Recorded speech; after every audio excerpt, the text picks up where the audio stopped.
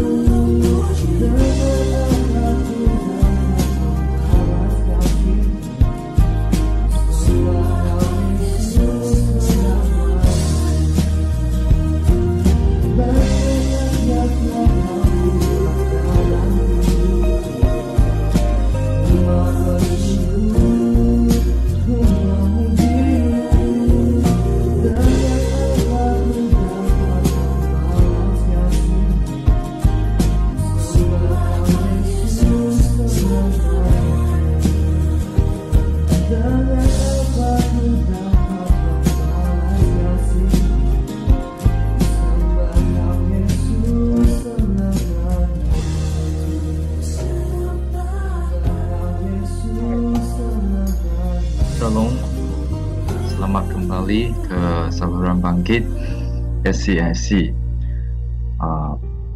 Hari ini kita akan melihat satu pernyataan Yesus sebagai roti yang memberikan hidup. Jadi mari kita melihat dan membaca Injil Yohanes bab 6 dari ayat 25 hingga 35. Apabila mereka berjumpa dengan Yesus di seberang tasik, mereka bertanya kepadanya, "Guru, bilakah guru sampai di sini?" Yesus menjawab, "Apa yang aku katakan ini benar. Kamu mencari aku bukan kerana kamu memahami maksud mukjizat yang aku lakukan, tetapi kerana kamu sudah makan sehingga kenyang. Janganlah berusaha untuk mendapat makanan yang boleh menjadi basi, tetapi berusahalah untuk mendapat makanan yang boleh memberikan hidup sejati dan kekal. Itulah makanan yang akan diberikan oleh anak manusia kepada kamu kerana dia sudah dilantik oleh Allah Bapa." Mereka bertanya kepadanya, "Apakah yang harus kami lakukan untuk melakukan kehendak Allah?" Yesus berkata, "Inilah perkara yang dikehendaki oleh Allah. Percayalah kepada Dia yang diutus oleh Allah." Ayat 30, mereka bertanya kepadanya, "Mukjizat apakah yang dapat guru lakukan supaya kami boleh melihat dan percaya kepada guru? Apakah yang akan guru lakukan? Nenek moyang kami makan mana di padang gurun. Seperti yang tertulis di dalam Alkitab, Dia memberikan roti dari surga sebagai makanan mereka." Yesus berkata, "Apa yang aku katakan ini benar. Apa yang diberikan oleh Musa kepada kamu bukan roti dari surga. Bapakku itulah yang memberi kamu roti sebenar dari surga. Roti yang diberikan oleh Allah adalah Dia yang turun dari surga dan yang memberikan hidup sejati kepada orang di dunia." "Guru," kata mereka, "berilah kami roti itu selalu." Ayat 35, "Akulah roti yang memberikan hidup," kata Yesus kepada mereka. "Orang yang datang kepadaku tidak akan lapar, dan orang yang percaya kepadaku tidak akan dahaga selama-lamanya." Saudara-saudari yang dikasihi, dalam teks ini, Yesus mengambil peluang untuk mengajar orang ramai yang telah datang dan mengikutinya. Apabila Yesus berkata, menyatakan dirinya roti, sebenarnya ini bukan sesuatu yang agak asing bagi pendengarnya, kerana roti merupakan keperluan asas, iaitu makanan yang selalu diambil oleh orang Yahudi ataupun penduduk-penduduk lain di wilayah Palestina. Jadi, ini seperti nasi yang kita selalu makan. Jadi, Yesus melihat bahawa orang ramai mengikut Dia bukanlah kerana mereka faham maksud tanda ilahi yang telah mereka alami, tetapi sebenarnya mereka kenyang kerana mereka baru mengalami mukjizat Yesus tidak lama dahulu, di mana Yesus telah memberikan makanan kepada 5,000 orang. Jadi itulah sebab mereka mengikut Yesus. Jadi ini bukan maksudnya kita makan itu tidak penting lah. Makan itu penting.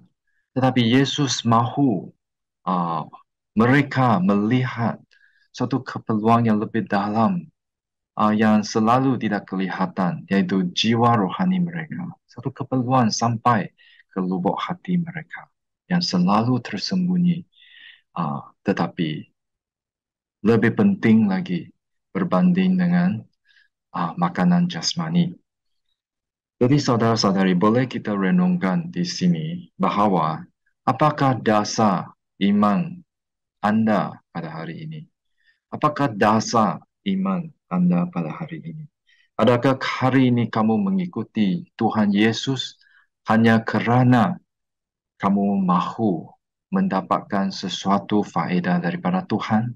Adakah itu sahaja motif ataupun motivasi Anda untuk mengikuti Tuhan?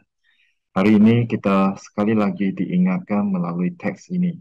Apabila Yesus menyatakan dirinya sebagai roti yang memberikan hidup, kita perlu renungkan bagaimana kita menerima roti ini. Kalau kita makan pun selalu kita akan lapar lah, makan lagi, kita makan lagi, kecuali kita sudah meninggal dunia, kan? Jadi Tuhan mau kita belajar, okay? Dan membuka mata rohani kita untuk melihat keperluan yang paling dalam kita. Satu kehausan, satu kelaparan yang bukan saja secara jasmani, bahkan jiwa rohani kan. Satu kekosongan kerana satu kerinduan untuk kekekalan, satu kerinduan untuk kebenaran. Dan hanyalah Yesus Kristus, dia dapat memenuhi kekosongan tersebut. Jadi itulah sebab mereka bertanya kepada Yesus, bagaimana kita boleh melakukan kehendak Allah? Jadi kalau kita makan, kita buka mulut sajalah, lepas itu kita telan begitu. Jadi bagaimana pula kalau kita mahu melakukan kehendak Tuhan? Jadi Yesus telah memberikan jawabannya, yaitu dengan percaya kepada Dia yang diutus oleh Allah. Siapakah Dia yang diutus oleh Allah? Yaitu Yesus Kristus sendiri. Kalau di padang gurun moyang mereka, masa itu tiada makanan, lepas itu Allah menyediakan mana untuk mereka. Tetapi mana itu bukan berasal dari surga. Yesus menjelaskan di sini, hanya anak Allah, yaitu Yesus Kristus sendiri yang datang dari surga.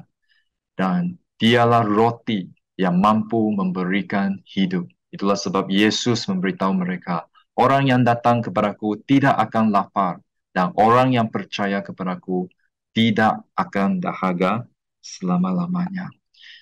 Jadi, saudara-saudari yang kukasihi, kita perlu membuka hati kita untuk percaya Tuhan. Kita perlu menyambut Tuhan ke dalam hidup kita, sebagaimana kita buka mulut kita untuk makan. Apakah hati itu? Yaitu pikiran kita. Biarlah kita menyambut Tuhan datang ke dalam hati. Biarlah pikiran kita terbuka, perasaan kita terbuka, bahkan keinginan kita terbuka kepada kehendak Tuhan, kepada pemerintahan Tuhan. Jadi apabila hari ini Tuhan sekali lagi menyatakan kepada Anda secara pribadi, akulah roti yang memberikan hidup. Apakah respons? Mari kita berdoa.